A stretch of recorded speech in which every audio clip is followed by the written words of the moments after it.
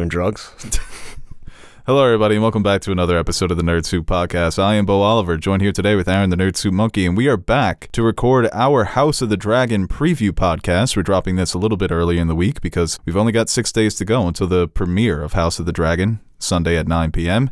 Getting back to that appointment television with that HBO thing. And now for the HBO original series, The House of the Dragon. That guy's unemployed, right? That doesn't happen anymore? Not on HBO Max, which is probably... that's the reason that Discovery's gutting it.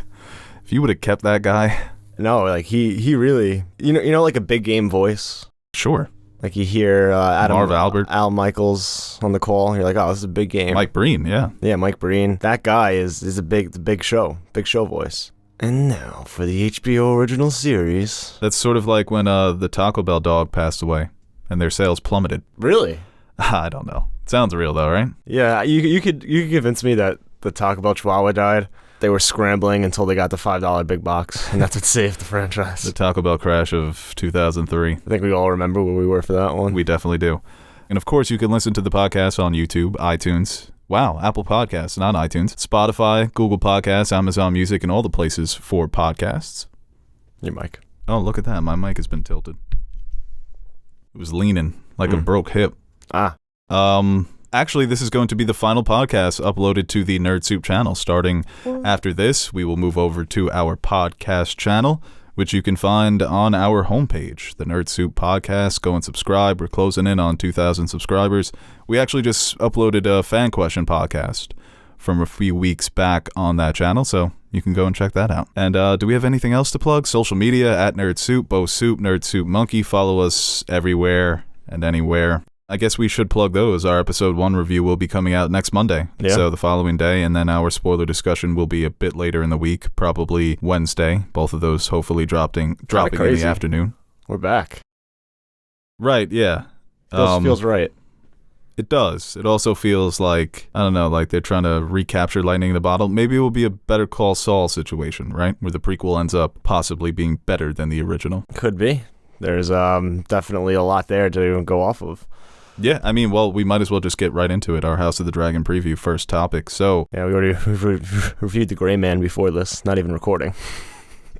Yes, yeah, the mics weren't even on for that. So hopefully somebody was recording us, some nosy neighbors. I don't know, a spy. Yeah, Steve Jobs, right? Well, no, he's Bezos. It's got to be Bezos. Yeah. Or I forget who runs YouTube. That'd be fun if he just hacked our devices to listen to us talk off because he just likes us so much. Can't get enough of these guys. Well, he wants to see what we're talking about when it comes to Rings of Power.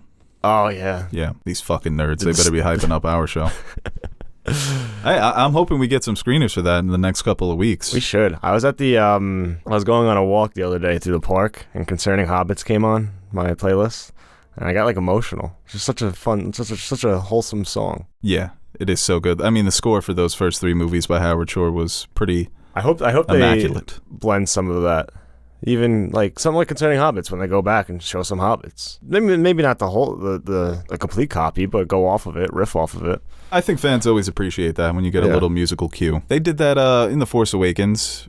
When Snoke first appeared, they played the Emperor's theme. Nice little callback. Kenobi really didn't have any derivatives of anything prior. I think a lot of people were complaining about that. Yeah, no, it really didn't, now that I think about it. And I know John Williams wrote a theme for Kenobi, but I don't know, it didn't really stand out. Well, this I'm interested if Djawani comes in, because I know Dany's score was very much for her, but I think you can blend some of those, especially those over, like, almost growling sounds they played whenever her dragons came. Yeah, sort of a rumbling. I wonder if they can incorporate that into some of the scores for this show, or some of the dragon sequences, because there's going to be a lot of them. Yeah, I think that's a good place to start when it comes to the music. That was one of the underrated aspects of the original show. So many of those themes, those leitmotifs for the characters, for the settings, for the different houses, it adds to the world. And people always argue that with the original Star Wars, if you didn't have that score, would it be as popular?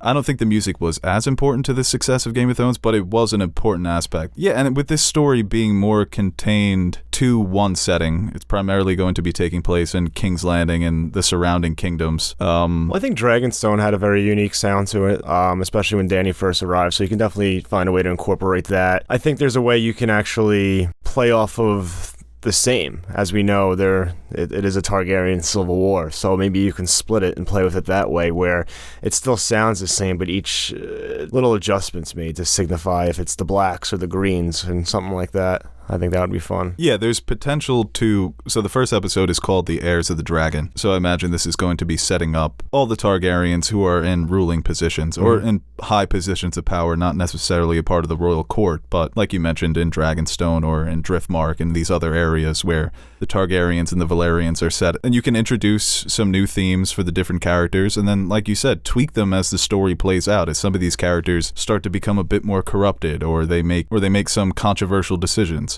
You can play with the themes. You can hint at danger around the corner, things to come, stuff like that. But like I said, the first episode being titled The Heirs of the Dragon, directed by Miguel Sapochnik, who is going to be a co-showrunner with Ryan J. Condal, who is writing this first episode. Like I said, an introduction to all these characters, getting familiar with some of these names. I'm still mixing up Rhaenys and Rhaenyra, and I imagine I'm going to do that throughout the whole first season. I love the realism that it adds to the world, but I hate it for my sake because I can't ever remember who is who. But that's going to be fun. Like I said, a nice little introduction to who are some of our major players in House Targaryen, and I imagine House Valerian as well. Yeah, and I think especially an underrated aspect of just feel of a show is some things like the score and directors. So having some familiar people coming back from the original series, I think, is going to help fans or even people who are a little skeptical or don't really know what this is about kind of feel at home when they turn it on for episode 1. It's going to be familiar, but like you said, just establishing new characters and new settings. Familiar settings, just new time in a different time period. And I think for this first episode, it's going to be... I think they've confirmed now that it's not going to be flashback, so we're going to get younger versions of these characters until we get the older versions later on in the season. So I think for episode 1, like an important thing is just to be familiar, but differentiate yourself from the original show and kind of be like, this is where we're at, this is what we're establishing, and kind of go from there. I wonder if, because some shows, I think there's 2 routes a lot of shows go with their pilots. It's either you got to wow them at the end, or do something to keep them back, or just be set up. And I think if season 8 ended well, I think that would have afforded them the luxury of having maybe ease into it a little bit because they have all that goodwill. People are going to come in skeptical and they have a bad taste in their mouth. So if you like episode 1, they probably know that and they're like, we got to hit them with something pretty good early on. I wonder if it's going to start with one of these backstories about Aegon the Conqueror, old Valyria.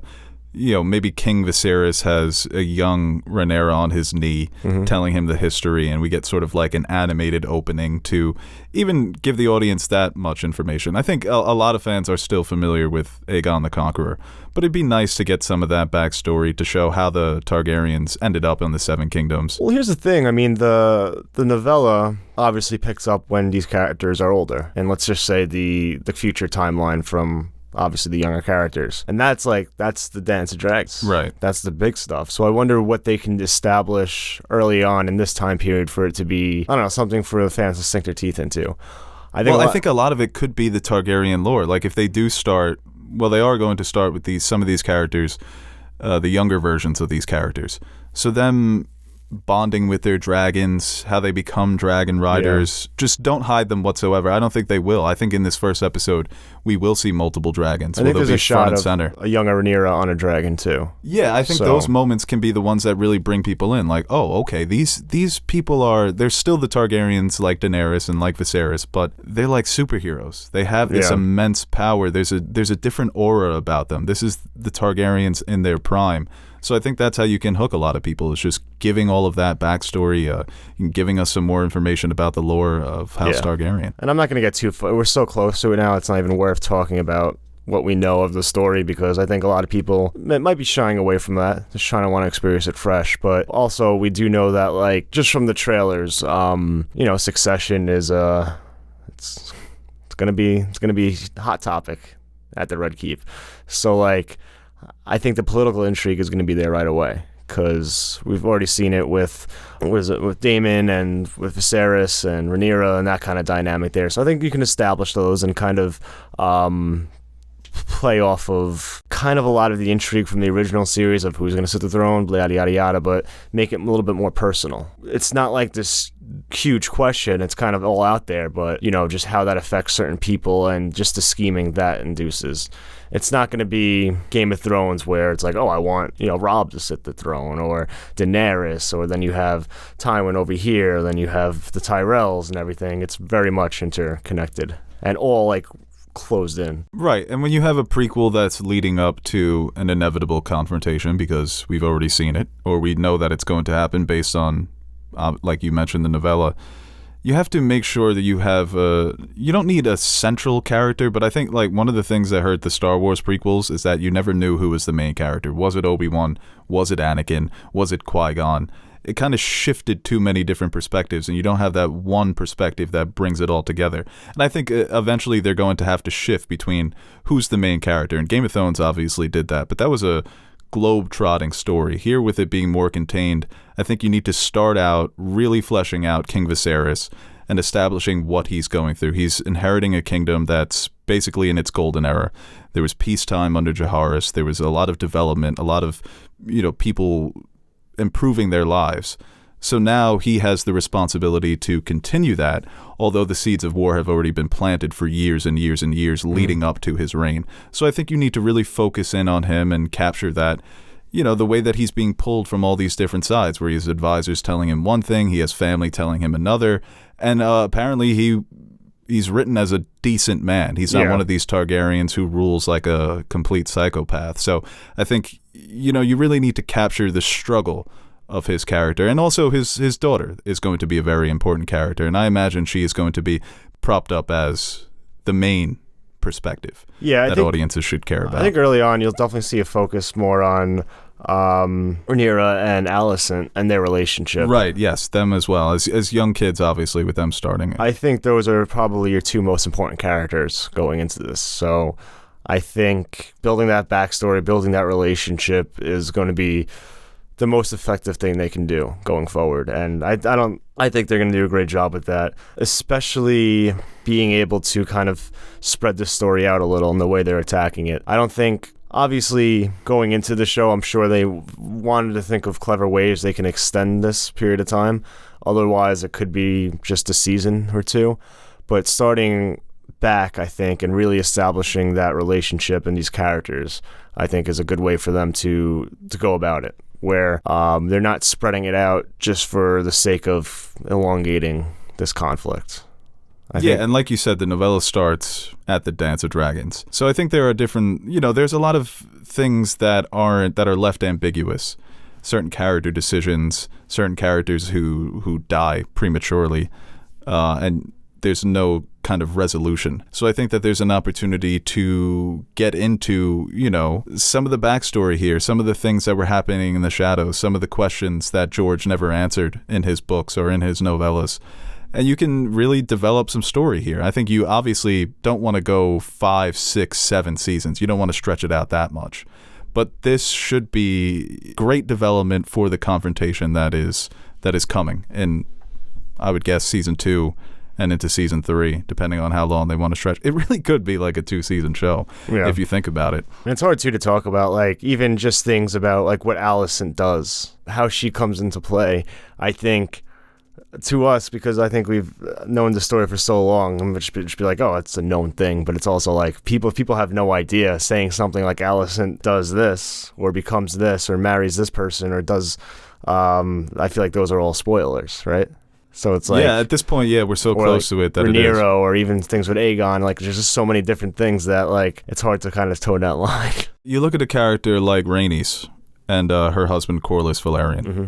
That is a backstory enough for a few episodes, right? And you wonder if, I don't think that they're going to go that far because there hasn't been a casting for a young Rhaenys or a young Corlys showing, she's got the nickname coming into this show, the Queen Who Never Was. So there was an opportunity for her to sit on the Iron Throne. Obviously, she was passed over. And there are other things that happen between her and the crown that makes her bitter towards the royal family, towards her own family. So now she's got the name Velaryon. You're still part of House Targaryen. You still share the same blood, but you're serving a different house. So I wonder how much backstory will we get into her character and her bitterness and where she stands coming into this story. That could be interesting. Those are the things that you can sort of flesh out. Or some of these side characters who come in and do play major roles at points in the story. You can give us more backstory into them, or you can add some new political maneuverings in the shadows, you know? Yeah. With George R. R. Martin on as a producer and as a co-creator, I think that you should feel the license to do that. You check in with George, make sure that it kind of fits his vision, but we'll see. And I definitely think they will do that, because most adaptations, you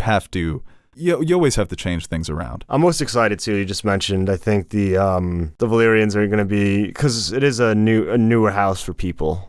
There's really going to be no familiarity there when it comes to like just that name or what they're about. So I think adding in introducing this new house, I think has the potential to be like some of the fan favorites, because just what they're about, I think, is pretty awesome. Was his nickname the Sea Snake, right? Sea Snake, yeah. That's just a fucking awesome nickname. Obviously, that house is no longer around by the time Game of Thrones comes on, so I think there's an opportunity there, especially their relationship with the Targaryens, them having the silver hair as well, like just that old type of Valyrian ancestry. I think is actually, I don't know, I think that could be definitely fun to kind of play with that house and their dynamics and their relationship with the Targaryens. Oh, yeah, definitely. And I think that they have an opportunity to set up Corlys with a cool, not a hero moment, but a badass moment to show what he's capable of, why he is considered the best navigator in the Seven Kingdoms. House Targaryen has this historical relationship with dragons. Valerian's got it with the sea. So that's sort of their advantage. But like you said, people aren't familiar with that house whatsoever, and it gives us another taste of old Valyria, the descendants of this powerful empire. Lord of the Tides. That's such a fucking awesome name. Yeah, he's got some great nicknames. And I think his younger brother, I can't remember the character's name, will also be present as well. So not only getting Rhaenys and Corlys, but their children and some of their, like I said, siblings as well. So they're definitely a force to be reckoned with. Yeah, but a historical ally of House Targaryen, so it's interesting. Like we mentioned with Rhaenys having these bitter feelings towards the crown, at the end of the day, she still serves them. A lot of complex emotions to play off of here. And I think Sapochnik being so involved in it will make fans happy. I mean, he's considered probably the best director coming over from Game of Thrones, having done Hard Home and Battle of the Bastards. Yeah, and I think even his quote-unquote worst display was probably the Battle of Winterfell, but like, sure, the lighting could have been better, but like as an action set piece and like the sequences played out, I think it was pretty well done. You know, you could argue and be like, well, you wanted certain things to happen script-wise, but at the end of the day, the direction of some of those sequences were still magnificent. Right, and I think he was handicapped by where the story was going. Yeah. Some of his remarks he's made about wanting to kill off more characters in that episode, it felt like some of them had too much plot armor going into the last season. The story's already written, but I don't think Sapochnik will shy away from the darker moments, and that's something that the show did so well. Game of Thrones did so well in the first 4 seasons. They gave us those, they made them bloodier at times. Yeah. So I think it's in good hands when it comes to Sapochnik. I don't know how many episodes he's going to direct in this first season, but he is directing this first one. And like I mentioned, written by Ryan J. Condal, who doesn't have that much experience writing shows and television, writing movies and television. But like I said, it's got Sapochnik, it's got George R. R. Martin, it's bringing over some of those producers that were working on Game of Thrones. So I think overall it is in good hands. Yeah, definitely. And I think even when you point to I think he's on tap for 3 episodes this season. So 30% of the season, I'm sure he'll be directing one of the last 2.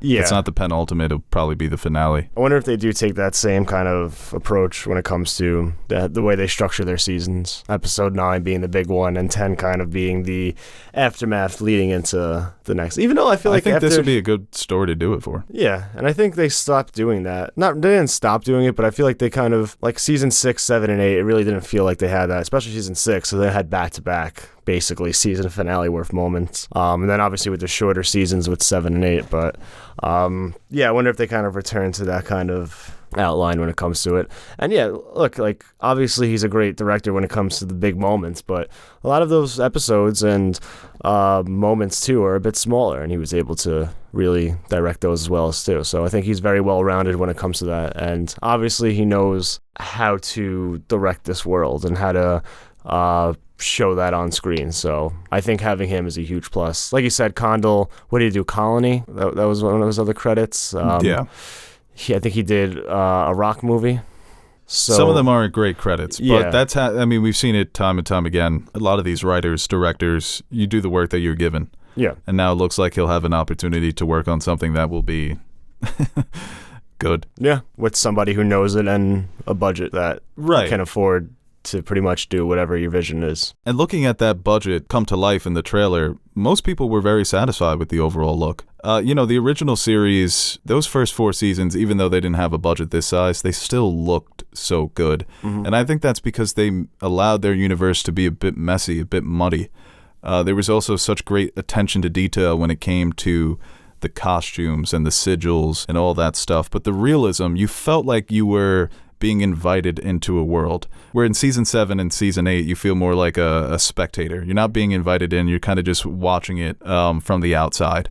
But you feel everything about that world in those first 4 seasons, and that's what you need to establish. And I think because it's being contained to one area and the Targaryens are at the height of their power, there needs to be a combination of otherworldly, fantastical presentation and realism, which will be I think that will be harder to strike that sort of balance. Well, yeah, I think the most, especially with the number of dragons and their prevalence, I do foresee something happening where I don't think they'll hide the dragons at all, but I think you could do things to kind of hide them while they're on screen in terms of just budgetary allocation, where maybe earlier on you kind of see them dark settings, maybe just half shots or just front shots where you don't really have to see the whole body and they're not really doing much, and kind of saving the big moments and budget for when they really need to. You know what they really need? I think in one of these earlier episodes, scare the fucking shit out of your audience with the power of the dragons. Yeah. Oh, they're flying, they have firepower, they're so cool. You need a moment like a red wedding moment to say, whoa, this is awesome, but it's also terrifying, and no one should have this power. I think they definitely need to establish that early. They do something where it's like not even, you don't really see the dragon, you just see the chaos that ensues. Like if it's from the perspective of like a small village that, I don't know, whatever conflict may arise where the dragon just comes and burns that village down, and it's a real perspective of the people there. Right, like Spoils of War, setting that episode from the perspective of Jaime and Bronn was such a brilliant decision, because you're on the ground looking up, and it's terrifying, it's horrifying. That was done so perfectly, because that's the first time we really see Drogon in war, and you enjoy it because it's so visually fantastic, but it also, the way that it puts you on the ground is terrifying. And I think they definitely need to do that in this show early, and I think that would, like you mentioned, that would be a good way to do it. Just set it from the perspective of a villager, a character who's... It's going to be the cold open, it's just going to be just some family, like, playing, having a good time, whatever. Then later on, just the dragon's going to come and burn them to ashes. Well, even when the farmers have their sheep stolen by Drogon, that moment was so scary when Drogon just flies up. Yeah. It's just terrifying to see that. And all these dragons are going to be adults, so they're not even going to be little babies like Drogon was. But I definitely think that's something they need to do. And like I said, when it comes to the trailer, it looks like they're really, really honing in on that attention to detail that Game of Thrones had, where it seems like the world is a bit more lively, where the colors are really popping. There's not sparing any expense when it comes to getting the sigils right, getting the uniforms correct. Sometimes that can almost take away from the realism. Like I said, you still need to have some mud, some dirt, a bit of blood. And I think this show will have that. So hopefully they can strike that balance between having a movie budget, but also still feeling like it's a show that you can enter and walk around and feel the soil, feel the grass, all that stuff. Just get the atmosphere right. Yeah, like you said, I think like the costume design is like everything is in place to make it feel like the same show. And some things are a little different. The Iron Throne is definitely a little bit. I love that detail. Yeah, I think that's such a great way to adapt the Iron Throne from the books without fully adapting it. Where it's still the same throne, but like different things. And yeah, it's a similar concept. There's swords everywhere. They poking people, making you bleed. And I think with Robert too, like, he definitely alluded to earlier, Definitely more with the dragon skulls. But, changes happen in the Red Keep, depending on who's in power. So it's not as outlandish for it to be a different Iron Throne, but still be in the same world and same setting. Yeah, definitely. You can, it's 200 years before Game of Thrones, so styles change. Fads come and go. A lot of lawsuits. Well, by the end of Season 3, there will be enough dragon skulls to decorate the Red Keep. Yeah. Well, just lawsuits, people just getting pricked by swords. Right, yeah. I imagine it's very hard to sue the crown in this world. Not sure how many lawyers there are out there in Westeros. Besides Olivia Cook as Alicent Hightower, who I apologize for the man I'm going to be by episode 5 once that sets in. I'll never fully throw away Cersei. She'll always have a place in my heart, but well, this cast has a great mixture of borderline mainstream stars and unknowns. That was sort of the setup you had with the first season of Game of Thrones. There was actors who were recognizable, snapfinger famous, as Kevin Hart likes to say. Who's that? I've seen him in somewhere. But I think you can argue that Matt Smith is as big a star as anyone from Game of Thrones Season 1. He's a pretty big name. I mean, Daemon is going to be a great character. Alicent, I think, is going to... The second episode's called The Rogue Prince, so I wonder if that's going to be a Daemon-focused episode. I think he's going to be an early favorite. Yeah. Alicent's going to be divisive. Well, Matt Smith is so charismatic. Yeah. So putting him in the silver hair, giving him a dragon, giving him a sword. Yeah. Women are going to love that shit. They've been crushing on this dude for over 10 years. I think Emma Darcy as Rhaenyra is going to be a perfect way to bounce off of all the personalities, right? She's more level-headed. And I think Kristen Cole is going to be he's going to be, I saw someone tweet, it's like, why hot if bad? Or bad guy but hot. That's why bad? If he's bad, why make him so hot? Yeah. He's going to be a character that a lot of fan cams, people are going to be crushing on him as well. But I feel like Daemon's someone you can root for. But he's obviously not a pristine type, fully good. There's definitely some gray there. But those are characters that are fun to kind of root for. Where I don't think anybody is going to actively root for Kristen Cole. Right. Yeah. No, I think there's a lot to like about people Daemon. Rooted for Ramsay. And he's not even that bad when you in terms of he's. Actually, depends on what you think. I think Daemon is definitely going to be one of the early favorites. And Alicent Hightower is going to be a character that it's just going to be fun to watch people on the internet talk about her. Otto, he's going to be that's another presence, character that they have to establish early here is that, you talked about the relationship between Rhaenyra and Alicent. Another important relationship is Viserys and Otto.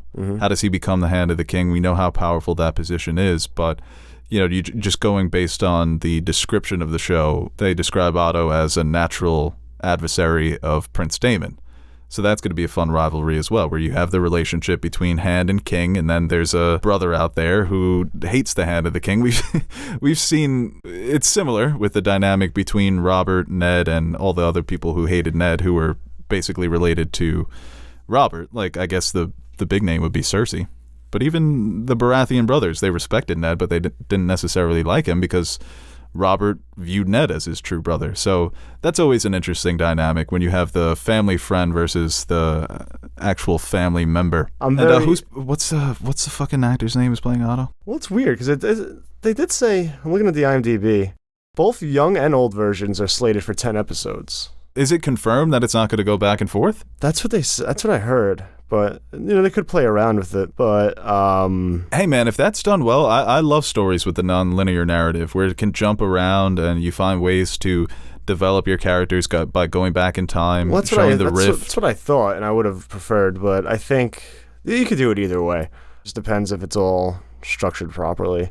Oh, I've got Sonoya Mizuno too as Mysaria. That's gonna be another fun character. Yeah, definitely. And I think that's a character where they can give her maybe a little bit more to do, No, she's been, I think, in her smaller roles, she's been very well. But I think more recently with Devs and what's the Dakota Johnson movie? Am I Okay? Am I Okay? I think more prominent roles. And she's been able to really hold her own. So I don't think... Oh, yeah. Yeah, so it's not like these little... Even in, I think she had a pretty big role in Maniac. she did well in. So I think obviously she's not going to be the main character, but a solid supporting role. I think she has a real chance to stand out. Especially her character description is, again, very familiar, kind of Master of Whispers type, but also a different spin on it. Yeah. Very similar to Varys, coming from a foreign land, coming over to Westeros, trying to stake your little claim of power and purpose. Do you think there's going to be any, like, found, not retcons for the main series, but things that are brought to light that kind of changes certain things? You know, sometimes prequels do that where they may establish something that, you know, not necessarily was thought of when they made the original. I think with so much space between them, well, there's an interesting question that we got because we'll be taking some House of the Dragon related fan questions, but I think that there could be some answers rather than retcons. Yeah. In terms of certain swords, certain weapons. Right. Obviously, Cat's Paw is featured. I wonder if they're going to, like, have any, like, nothing major, but just like, I appreciate a retcon of, this is obviously a bit in the future, but probably won't happen. But if they jump ahead and they're like, Brendan Rivers is the Three-Eyed Raven, we'd like to establish that as well. When is he born? I guess it's like he's still like 100 years. 100 years away, right? Yeah.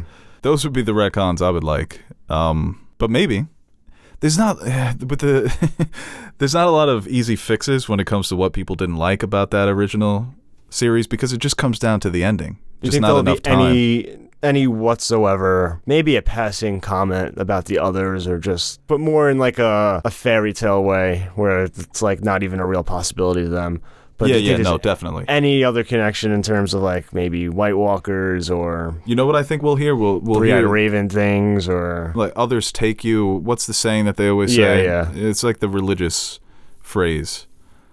Thank the others or some shit like that. Not thank the others, but no, I think it would be interesting. Another, I guess, if we're going off of retcons, somebody gets called up north, one of the dragon riders, and we see the dragons sort of afraid of going north of the wall, something like that, where they detect the magic in the wall. And that could be a retcon as well, because a lot of people wanted to see that.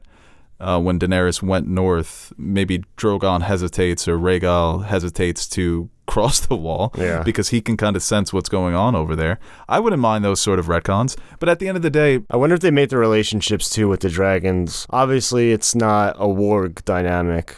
It's more of just, it's like a magic, I feel like. Yeah, definitely. But not in the sense of Bran being able to warg. I wonder if they will maybe even play around with something like that. I would love to see that. It's not something I needed for the original series. How come Drogon's now all of a sudden listening to Daenerys? I kind of just took it as it was. But the magic in Game of Thrones has always been a bit spiritual and numinous. There's not an easy answer for it. It's just something, it's a feeling. So I imagine that the dragons just respect the most confident, the most assured dragon riders, right? Yeah. And I think Matt Smith's Daemon gives off that vibe, because character description is that he's an experienced dragon rider. When Daemon walks into the room, the dragons perk up their heads a bit. But when it's, who's the Martell boy that tried to ride the dragon? Quentin? He didn't even try to ride it. He just tried to, like, say what's up. Well, he was giving it commands. Like, I went on Ancestry.com. One of my great aunts was the Targaryen. Come on.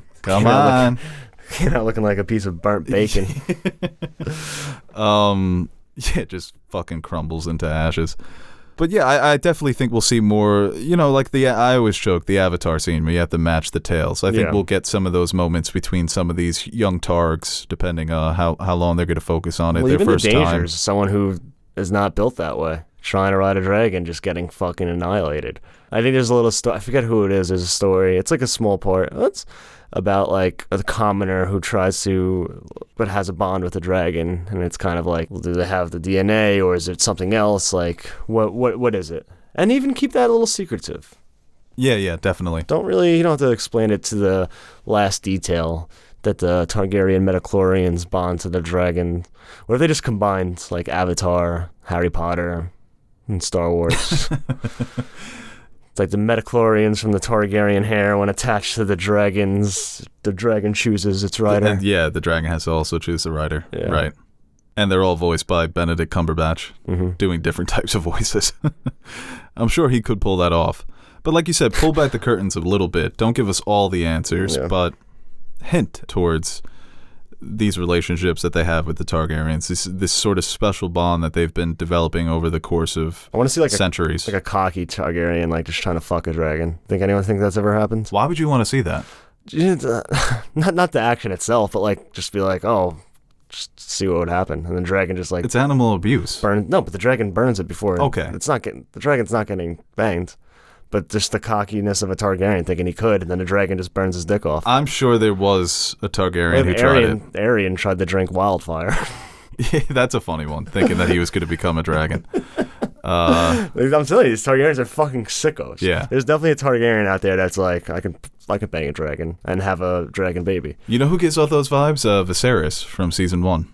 Oh, he's so underrated as the perfect actor to portray a Targaryen. He's got that sort of just insane confidence. Yeah, but delusional he's also just confidence. a whiny bitch. Yeah, he's just an annoying little bitch. Yeah. He was really good, man. He doesn't get enough credit. I think he's one of the most... who I miss? The Red Priest from season 6. Dore, whatever.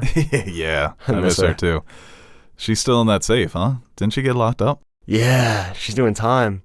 Doing hard time, bro. I forgot about Korth.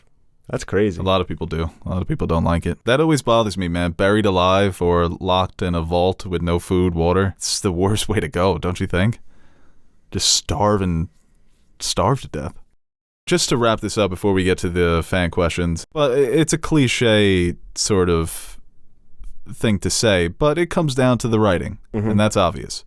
If it kind of matches that season 1, season 2 quality of the writing, where at times it is Shakespearean, where it never feels modern, but it's also funny. It's hard to strike that sort of balance, where it has to feel medieval, but also where it has to feel clever and humorous, where you need to capture all these sort of things for a modern audience while also keeping your story in the past. I think starting at the beginning, they're going to have to not rely on that, but that's going to obviously be it's going to play such a main role, that early writing and the character dynamics. And like I said, there could be a temptation to come out the gates with just hitting you right in the face, being like, we're back in this world, like, welcome back. People who are good at their job would be like, no, we don't need to do that. We can take our time. And it might be a little risky, but I think an underrated part of Game of Thrones is obviously, when you look back on it, I think it's easy to be like, well, the intrigue was the White Walkers and the dragons, and no, it wasn't. The main appeal was the political dynamics and kind of seeing everything play out in that regard. You know, I don't think, obviously you had the big moments, but even the bigger moments when you go back aren't really action based. There's definitely some action elements to it, but it's more of what the characters are doing and the build up to that moment in particular. So I think that's got to be the focus, and I think it will be. Yeah, definitely. Character is king. All right, guys, before we get to the second half of this podcast and take some of your House of the Dragon related questions, I want to give a quick shout out to our sponsor for today's episode, and that would be Smile Brilliant. I think that we can all agree that we live in stressful times, and stress is the number one cause of why people grind their teeth in their sleep. The damage of grinding and clenching in your sleep can be irreversible, resulting in worn down tooth enamel, cracked teeth, chipped teeth, and infections. The cost of cosmetic fixes can run you thousands of dollars, and night guards at the dentist can cost anywhere between $200 to $600. But with one of Smile Brilliant's affordable, custom-fitted night guards, you can return to a peaceful night of sleep without worrying about any potential damage to your teeth. And right now, you can visit SmileBrilliant.com and receive 20% off all products simply by using our promo code NERDSOUP. Their night guards run as low as $45 per guard, plus they have a great selection of other great dental products like whitening trays, whitening gels, electric toothbrushes, and much more. So head on over to SmileBrilliant.com and don't forget to use our promo code NERDSOUP for 20% off all products. So don't wait, click that link and take care of your teeth. All right, first question here from Dr. Economicon at Dr. Economicon. What can we expect from the Starks, Lannisters, Tyrells in this show? I think the Lannisters play more of a role. I think there's a Lannister at court in King Viserys' council. Is even like going over the breakdown spoilery? What do you mean? It's actually pretty cool. No, just like what house aligns with what maybe what house aligns with. But I kind of like that it's not obviously Starks, Lannisters had major roles in Game of Thrones, but I kind of like that we're taking a step back and focusing on Valyrians, even Targaryens. But I mean, don't forget, there's only one Targaryen, so we're actually focusing on houses that we've never really seen before. Hightowers, Targaryens, like an actual house Targaryen, Valyrians. So like, I think that's kind of cool. But it's all still familiar, but like we talked about before, just this influx of new things. Yeah, when you look back on Game of Thrones and you go off of who was the most popular character, it was Daenerys by far. Mm-hmm. Maybe, of course, when you're the most popular, you're going to have a lot of people who also don't like you. That just comes with the territory. It's sort of like being the face of a sports league. And you made the point that there was only one Targaryen in that show, or there was a few, but some of them didn't even know they were Targaryens. They weren't these Targaryens. Yeah. So I think that once we get into, like we mentioned in the beginning of the pod, some of the backstory, some of the lore, of course, there's still going to be people clamoring for some other houses. But I don't think it's going to be a majority of fans saying, where are the Starks? Where are the Lannisters? Where's this house? Where's that house? Because you're just going to be so swept up in getting this great look at the Targaryens. I think they'll be used as more of, not something that's like, I guess, goofy, like kind of like R2-D2 and CP3O showing up in random places and other Star Wars properties, but just something where like, the Starks have come to court to support whatever. Well, some of the tournaments that they have, just you might see some banners that you'll recognize. The Northmen coming down and the Lannister Lion or the Tyrell Rose, just making this world feel more complete and familiar. It's a classic Jay-Z line. If you want my old shit, buy my old album. Yeah. If you want Starks, go ahead and start again with Game of Thrones. It's a whole show of them. Yeah. I know, obviously, it sucks that it didn't end well, but it is their story. That's why it made Daenerys the ultimate red herring. This question here from Tony at Lopsided Grub. Are there any particular events from Fire and Blood you're looking forward to seeing on the big screen? I don't know if it will be this season, but if they do Blood and Cheese, if you know, that's going to be wild. They have to. Is that going to be this season, though? It probably won't. It really depends how they structure it. Yeah. Right, yeah. If it does happen, it's going to be near the end of the season. That could be a way to get people coming back in for season 2. Because that's going to be a moment people talk about. But it's truly horrifying. Yeah, I mean, that could be sort of their red wedding moment. I think when you look at the trajectory of how popular the show was, you can really place before and after the red wedding. Because that moment took over the internet, where even if you weren't watching the show, you knew of the red wedding and you knew what it was. People who have never even watched the show know what the red wedding is.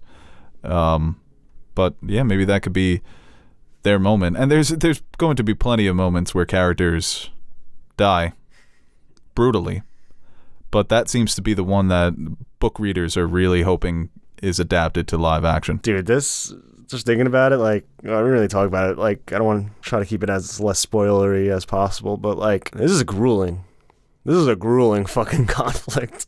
The people who get like at the end are like, it's just tired, like it's something where it's just like, it's like, oof, I need a nap for like years.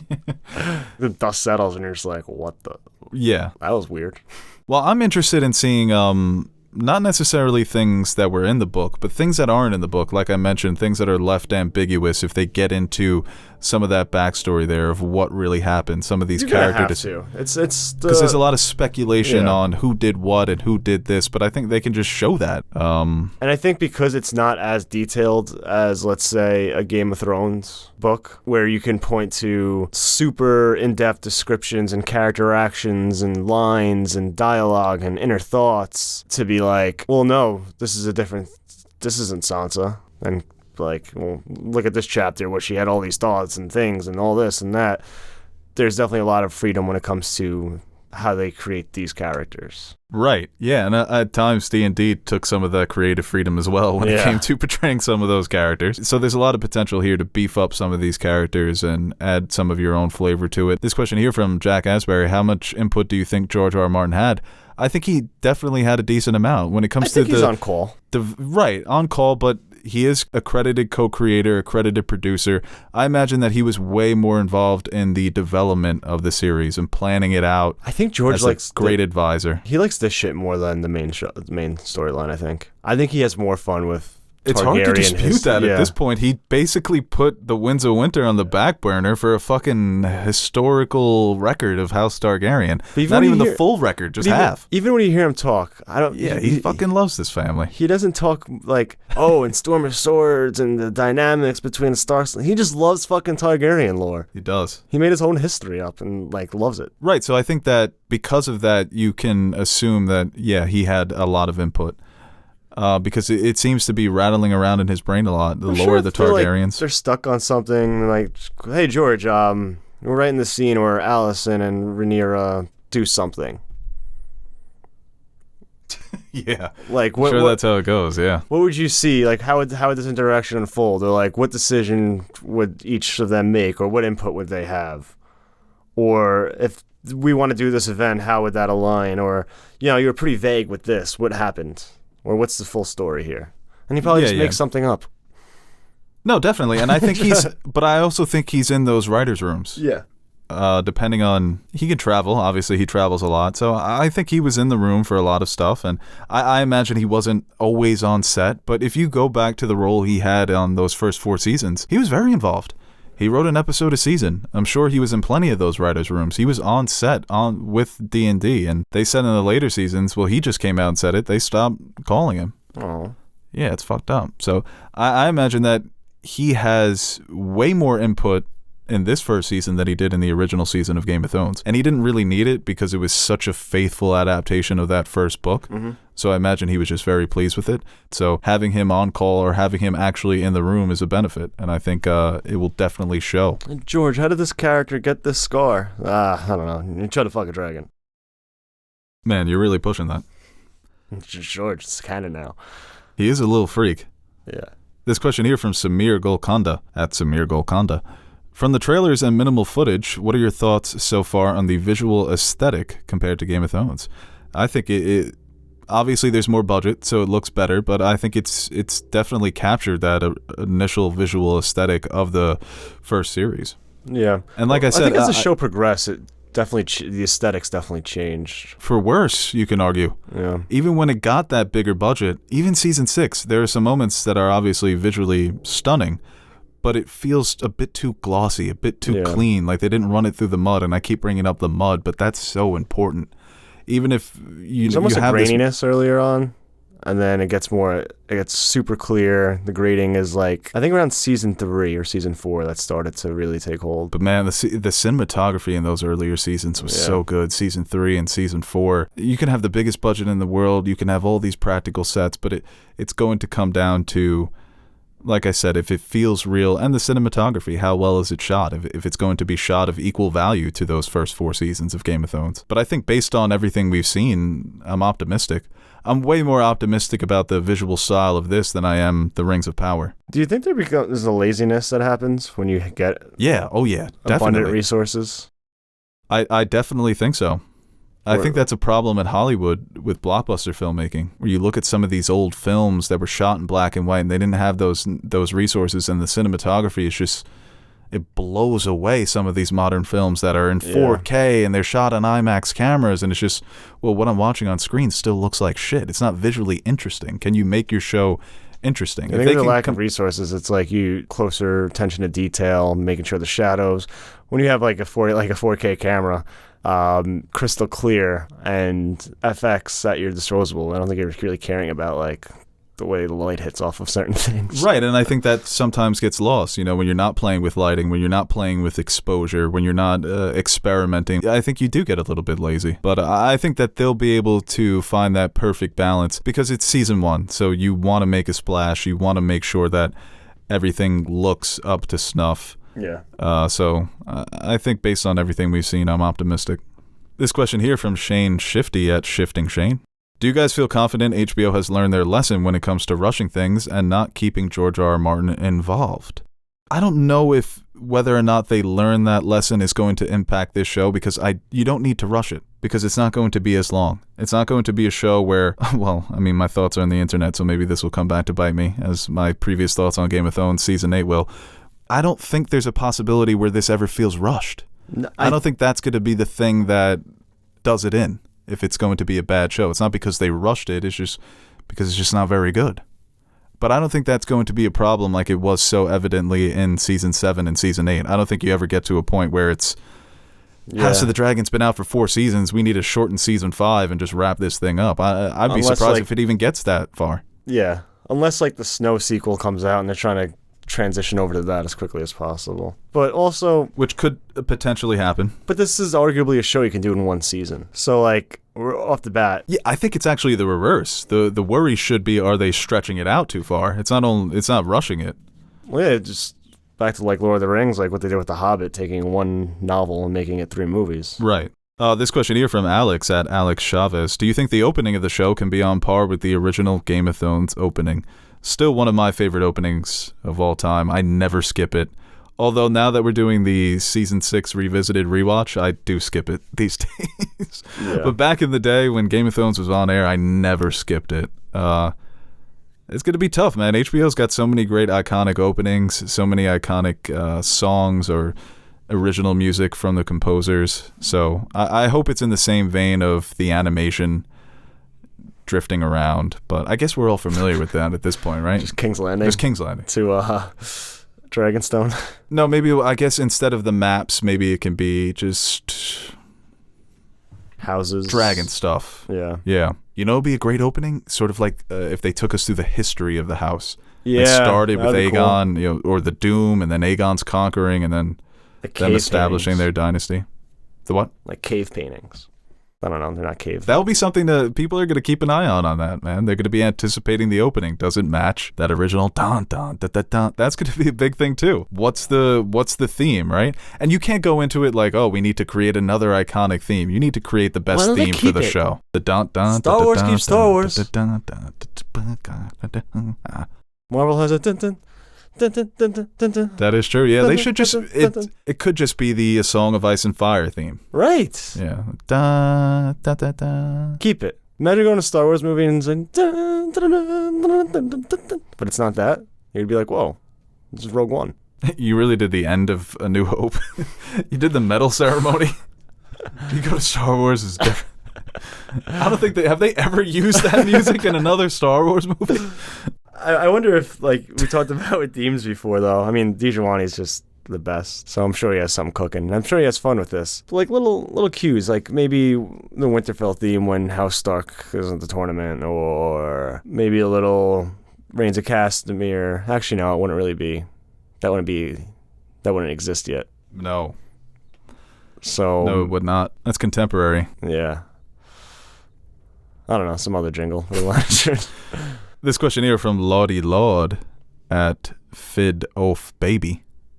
Given the size of Daemon's sword, I think Dark Sister will be revealed as Longclaw. What do you think? This is not a new theory. This is something that goes back to the original series and the books, that Brendan Rivers took Dark Sister up north, and then somehow it ended up in the hands of the Mormonts. That was always the crux of the theory, right? How did the Mormonts get their hands on a Valyrian steel sword? Maybe they got it from Brendan Rivers, and maybe it hasn't been in House Mormont's house for 5 generations. Or maybe that math does add up, but you can't go based on, I don't know if he says 5 generations in the books. Mm-hmm. He definitely says it in the show. Or maybe I have that mixed up. That could be something that they retcon, right? You were talking about that before, that they revealed Dark Sister is Longclaw, so in a way, that's a Targaryen ancestral sword that Jon Snow now wields, and it belongs more to him than it ever did to Jorah. I wouldn't hate that.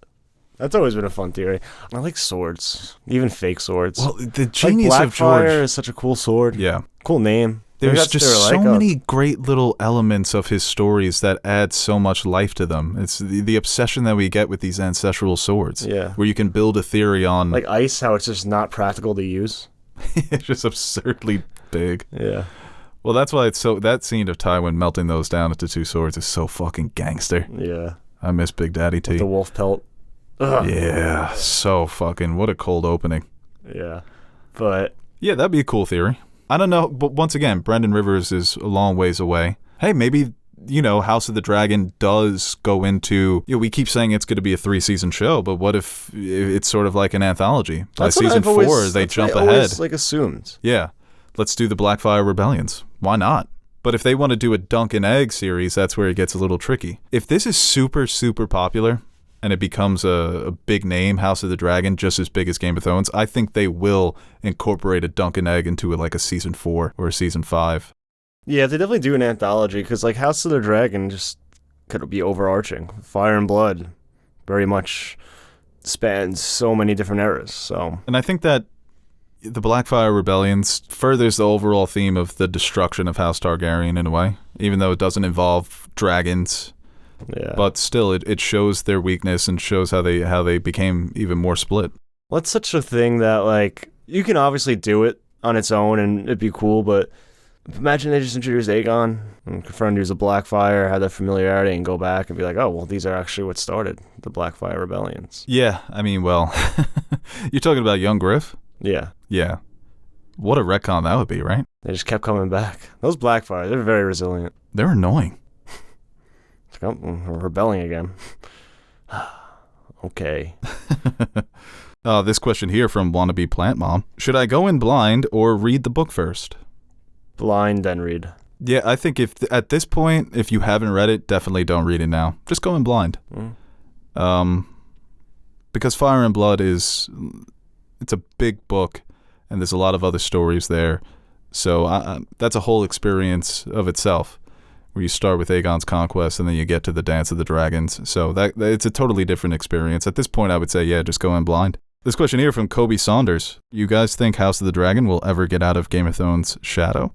What will it take? No, it never will. I think for a long time, eventually a show will come along and be a bigger phenomenon than Game of Thrones was. But as of right now, that's king in terms of popularity, interest, global phenomenon. What was it House of before the Dragon Game of Thrones?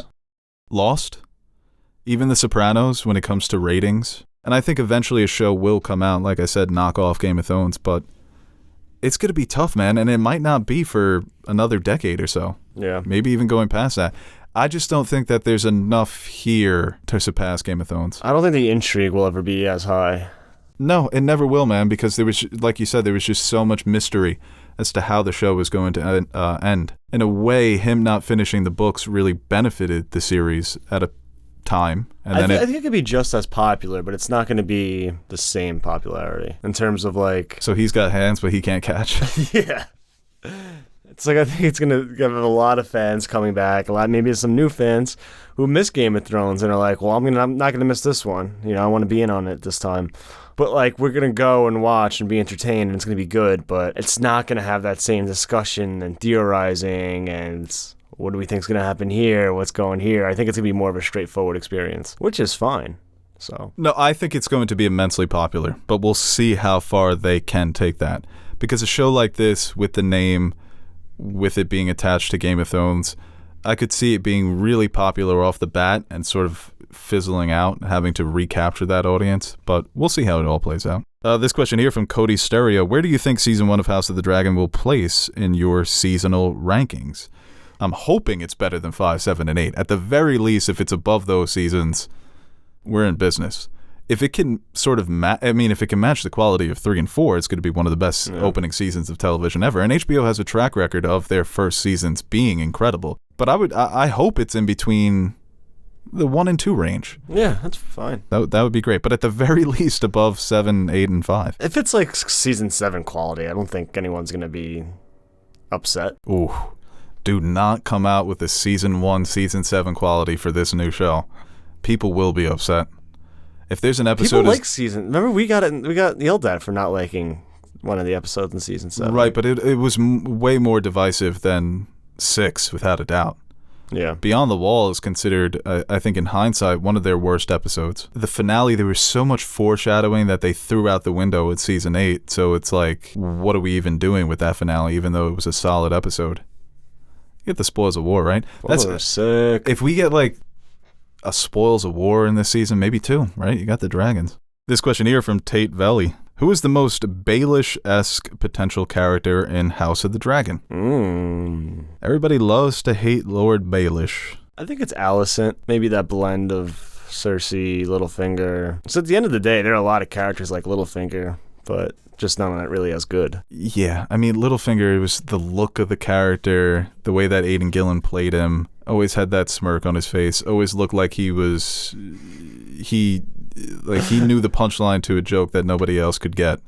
Sort of vibe to him. Remember when the mountain was terrorizing the Riverlands and the guy came in with a bunch of fish heads? That's a sigil of your wife's house. That's like, what? I'm married? That was so stupid. Isn't that the sigil of your wife's house? That's like, fuck. That's like, damn, this guy's smart. I'm glad he's on my side. Yeah. I'm going to trust you with everything. All right, we'll take one last question here. This one from Matt_Samson1.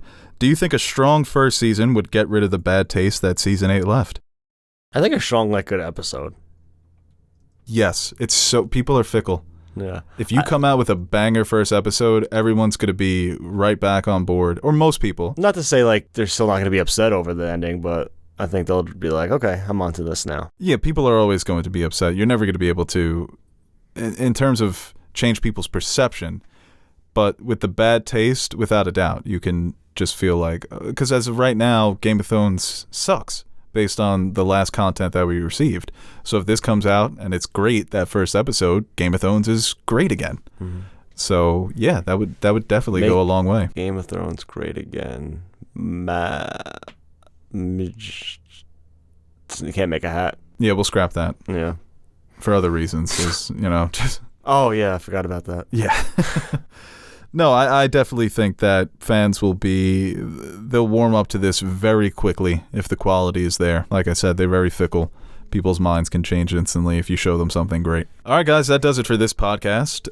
Thank you for listening for our House of the Dragon preview. Like we mentioned, we will be dropping our episode 1 review 1 week from today.